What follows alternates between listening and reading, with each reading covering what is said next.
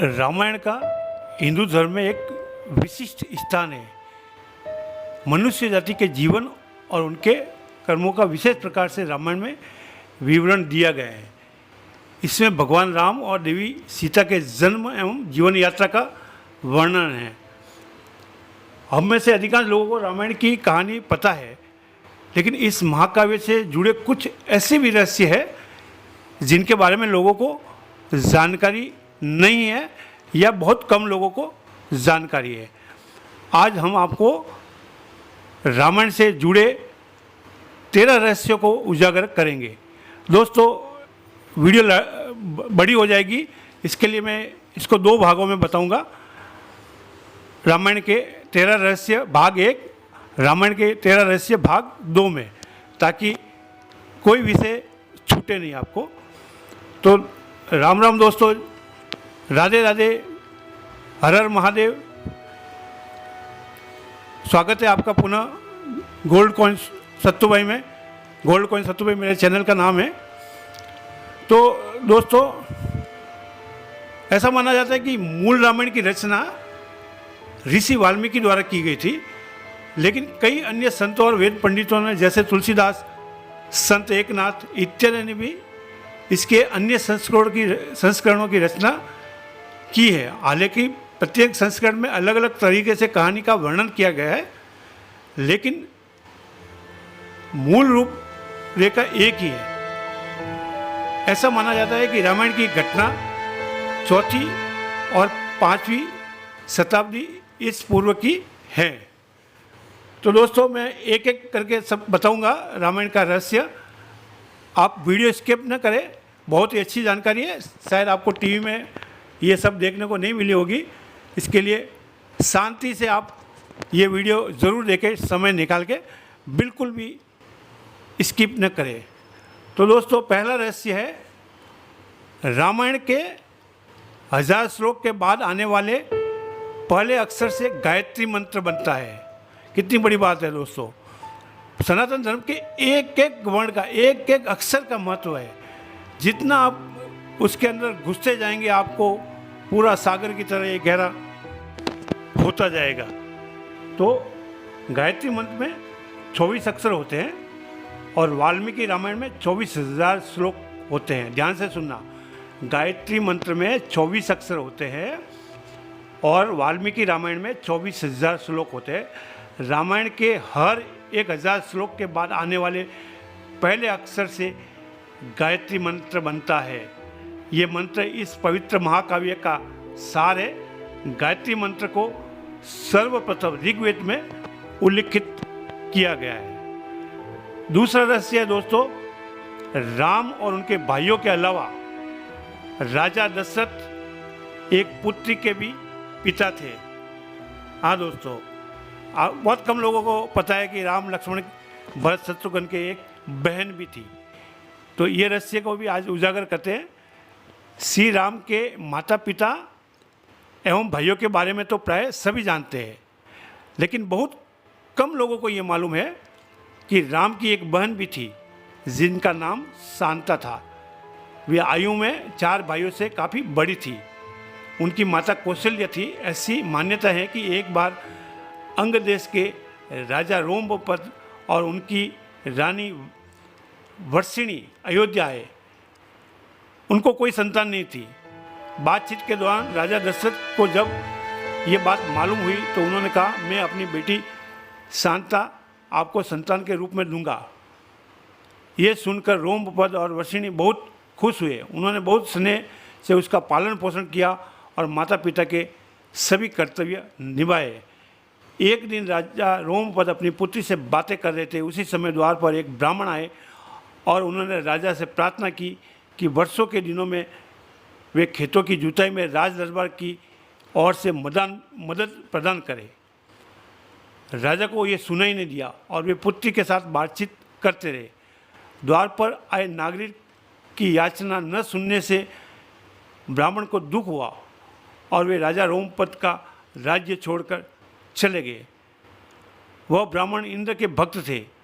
अपने भक्त की इस अनदेखी पर इंद्रदेव राजा रोमपद क्रुद्ध हो गए और उन्होंने उनके राज्य में पर्याप्त वर्षा नहीं की। इससे खेतों में खड़ी फसलें मुरझाने लगी। इस संकट की घड़ी में राजा रोमपद ऋषि भृंगु ऋषि के पास गए और उनसे उपाय पूछा। ऋषि ने बताया कि वे इंद्रदेव को प्रसन्न करने के लिए यज्ञ करें। ऋषि ने यज्ञ किया और खेत खलिहान पानी से भर गए। इसके बाद भृंगु ऋषि का विवाह शांता से हो गया और वे सुखपूर्वक रहने लगे। बाद में भृंगु ऋषि ने दशरथ की पुत्र कामना के लिए पुत्र कमेष्टिक यज्ञ करवाया था।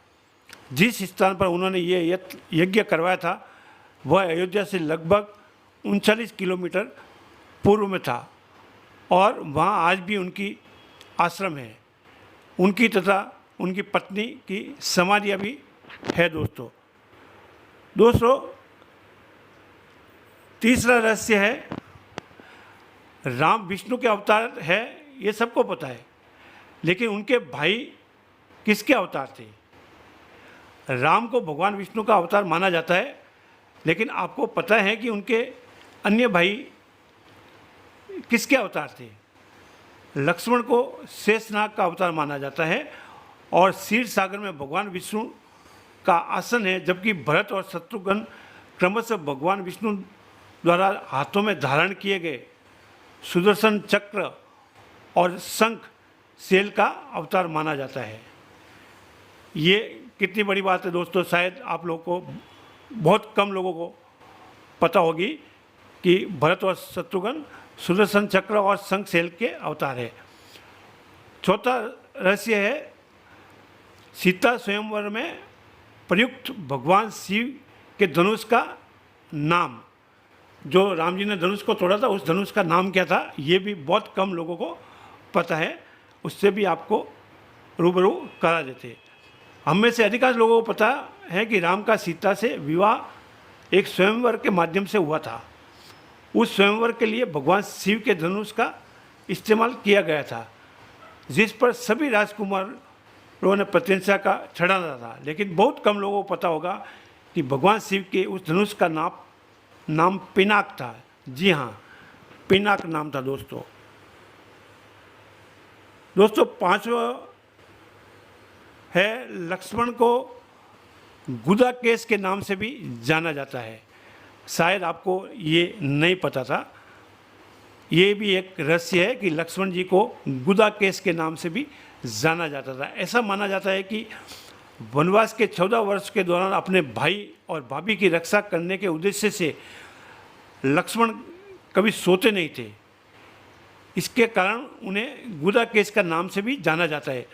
वनवास की पहली रात को जब राम और सीता सो रहे थे तो निद्रा देवी लक्ष्मण के सामने प्रकट हुई। उस समय लक्ष्मण ने निद्रा देवी से अनुरोध किया कि उन्हें ऐसा वरदान दे कि वनवास के 14 वर्षों के दौरान उन्हें नींद ना आए और वो अपने प्रिय भाई और भाभी की रक्षा कर सके। निद्रा देवी ने इस बात पर प्रसन्न होकर बोली कि अगर कोई तुम्हारे बदले 14 वर्षों तक सोए तो तुम्हें ये वरदान प्राप्त हो सकता है। इसके बाद लक्ष्मण की सलाह पर निद्रा देवी लक्ष्मण की पत्नी और सीता की बहन उर्मिला के पास पहुंची।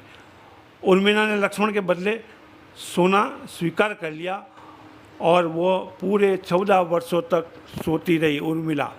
जी हाँ, ये बहुत कम लोगों को पता होगी कि राम लक्ष्मण जब वनवास गए थे तो जो उर्मिला थी लक्ष्मण जी की पत्नी, वो 14 वर्षों तक सोती रही।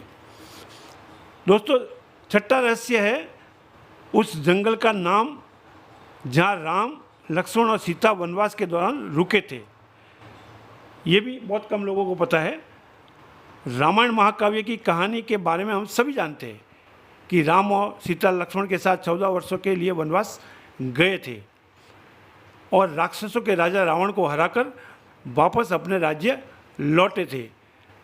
हम में से अधिकांश लोगों को पता है कि राम लक्ष्मण और सीता ने कई साल वन में बिताए, लेकिन कुछ ही लोगों को उस वन के नाम की जानकारी होगी। उस वन का नाम दंडकारण्य था। जिसमें राम, सीता और लक्ष्मण ने अपना वनवास बिताया था। ये वन लगभग 35,600 वर्ग मील में फैला हुआ था, जिसमें वर्तमान में छत्तीसगढ़, उड़ीसा, महाराष्ट्र और आंध्र प्रदेश के कुछ हिस्से शामिल थे। उस समय ये वन सबसे भयंकर राक्षसों का घर माना जाता था, इसलिए इसको दंडकारण्य या दंड का अर्थ सजा देना और अरण्य का अर्थ वन है। दोस्तों, 7वां रहस्य है लक्ष्मण रेखा प्रकरण का वर्णन वाल्मीकि रामायण में नहीं है। ये देखो, ये भी एक नई बात सामने आई है, शायद बहुत कम लोगों को पता है। पूरे रामायण की कहानी में सबसे पेचीदा प्रकरण लक्ष्मण रेखा प्रकरण है, जिसमें लक्ष्मण वन में अपनी झोपड़ी के चारों ओर एक रेखा खींचते हैं। जब सीता के अनुरोध पर राम हिरण को पकड़ने और मारने की कोशिश करते हैं तो वह हिरण राक्षस मारीच का रूप ले लेता है। मारने के समय मारीच राम की आवाज़ में लक्ष्मण और सीता के लिए रोता है। ये सुनकर सीता लक्ष्मण से आग्रह करती है कि वह अपने भाई की मदद के लिए जाए, क्योंकि ऐसा प्रतीत होता है कि उनके भाई किसी मुसीबत में फंस गए हैं। पहले तो लक्ष्मण सीता को अकेले जंगल में छोड़कर जाने को राजी नहीं हुए, लेकिन बार बार सीता अनुरोध करने पर वह तैयार हो गए। इसके बाद लक्ष्मण ने झोपड़ी के चारों ओर रेखा खींची और सीता से अनुरोध किया कि वह रेखा के अंदर ही रहे, और यदि कोई बाहरी व्यक्ति इस रेखा को पार करने की कोशिश करेगा तो वह जलकर भस्म हो जाएगा। इस प्रकरण के संबंध में अज्ञात तथ्य ये है कि इस कहानी का वर्णन ना तो वाल्मीकि रामायण में है और ना ही रामचरितमानस में है, लेकिन रामचरितमानस के लंका कांड में इस बात का उल्लेख रावण की पत्नी मंदोदरी द्वारा किया गया है। तो दोस्तों, ये 7 रहस्य मैंने बताए, और अगले रहस्य मैं बताऊंगा दूसरे भाग में, क्योंकि वीडियो काफ़ी लंबा हो जाएगा। तो दोस्तों, आपको ये कहानी कैसी लगी आप कमेंट बॉक्स में ज़रूर लिखें। मेरा हौसला बढ़ाते रहे जैसे बढ़ाते आए, और अभी तक मेरे चैनल को सब्सक्राइब नहीं किया तो सब्सक्राइब करें और बेल आइकॉन का बटन दबा दें, ताकि आने वाली हर कहानी का नोटिफिकेशन सबसे पहले आपको मिले। तो जय जय श्री राम, राधे राधे, हर हर महादेव। घर में साफ सफाई रखें, घर में गीता और रामायण रखें, और मंदिर रोज़ जाए। राधे राधे, जय जय श्री राम।